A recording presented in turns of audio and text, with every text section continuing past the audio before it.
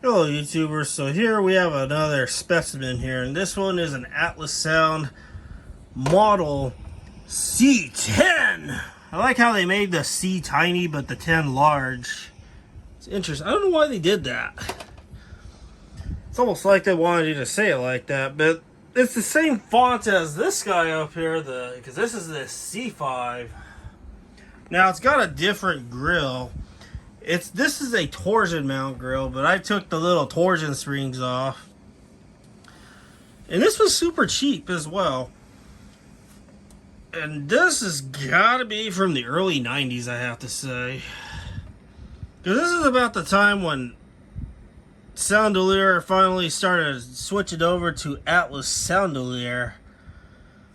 And also the magnets different too. Like the early... I want to say the early 80s Soundolier drivers have this little, I'll say this middle core that is pressed in for the back plate here. But this one is just one whole plate. So that's about when they switched over to that. And interestingly enough, this is a 25 volt only speaker. I thought this was a 70 volt, but I always have a habit of every time when I buy these things, I always check the transformer, because a lot of times the sellers don't know any better and they will think it's a 70 volt speaker, whereas it's only a 25 volt speaker. They don't look at the transformer. So that was the case with this seller. He advertised it as I think as a 70 volt and a 25 volt speaker, but that's not the case. But you can still use a 25 volt speaker on a 70 volt system. You just have to, you do not tap up the highest wattage that this transformer is to go up to, like 4 watts for example. That's a no-go on a 70 volt system. 2 watts, 1 watt is the perfect, those are the two perfect taps to use a 25 volt speaker on a 70 volt amp, if that makes any sense.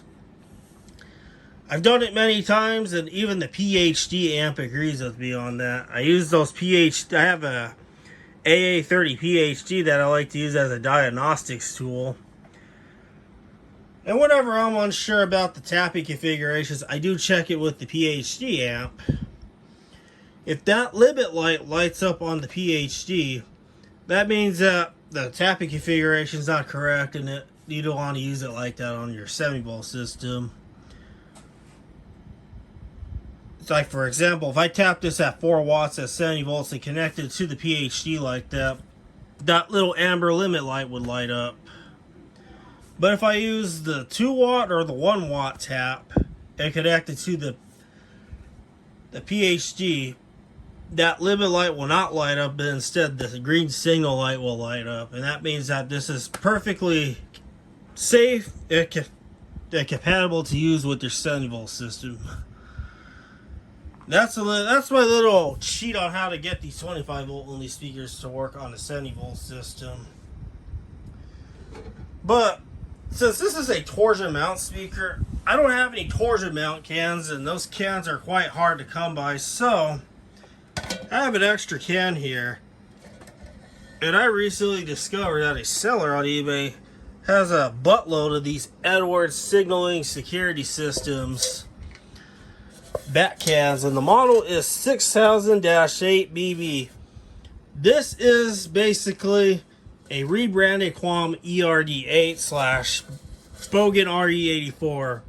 If you are needing back cans for your ceiling speakers, this seller has a bunch of them, and he has these things so cheap. I think it was like 14 bucks just for one of these with free shipping and everything. So I ordered a few of these because I'm obviously always needing cans around here. And here's another one that I haven't used on that speaker, but so my plan with this old Atlas C10 speaker here, instead of drilling holes on this, because I really don't want to drill holes on this grill, I want to leave it as original as possible. So instead, I'm going to use some silicone, and I'm going to silicone the rim of this can here, and also remove these little screw mount holes, so that way this grill can sit flush on this can. And that way I don't have to use a torsion mount can or any of that. And it's perfectly safe. It won't rattle, and it also act as a great seal. So that is my plan with this. So now, let's get this can off so you can hear what this speaker sounds like. Really like this grill though, so here we go.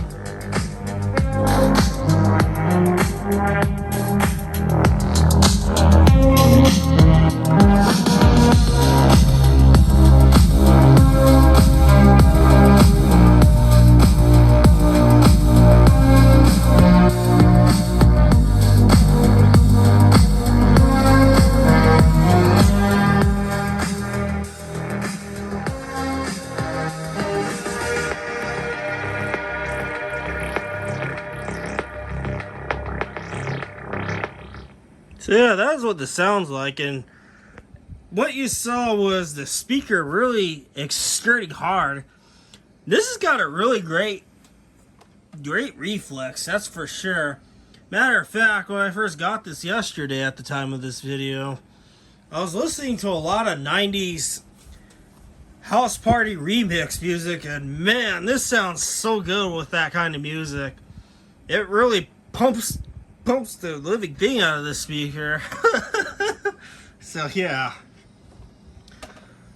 it really gets this cone moving real good. Not bad for a C10 speaker in my opinion. And I do notice a difference between the old generation of Atlas sound products in terms of the basic intercom speakers like this and the newer ones like the SD series ones. Those ones are not that aggressive with the bass, whereas the older ones like these, like the older C10, the C5, and especially the FD speakers, those ones really push out a lot of bass. So there will be a video in the description of house party music playing on this on the Internet Archive page that I mentioned a while back, so there'll be in a link description for that. And I hope you guys enjoyed this video of this older Atlas Sound Model C10 speaker.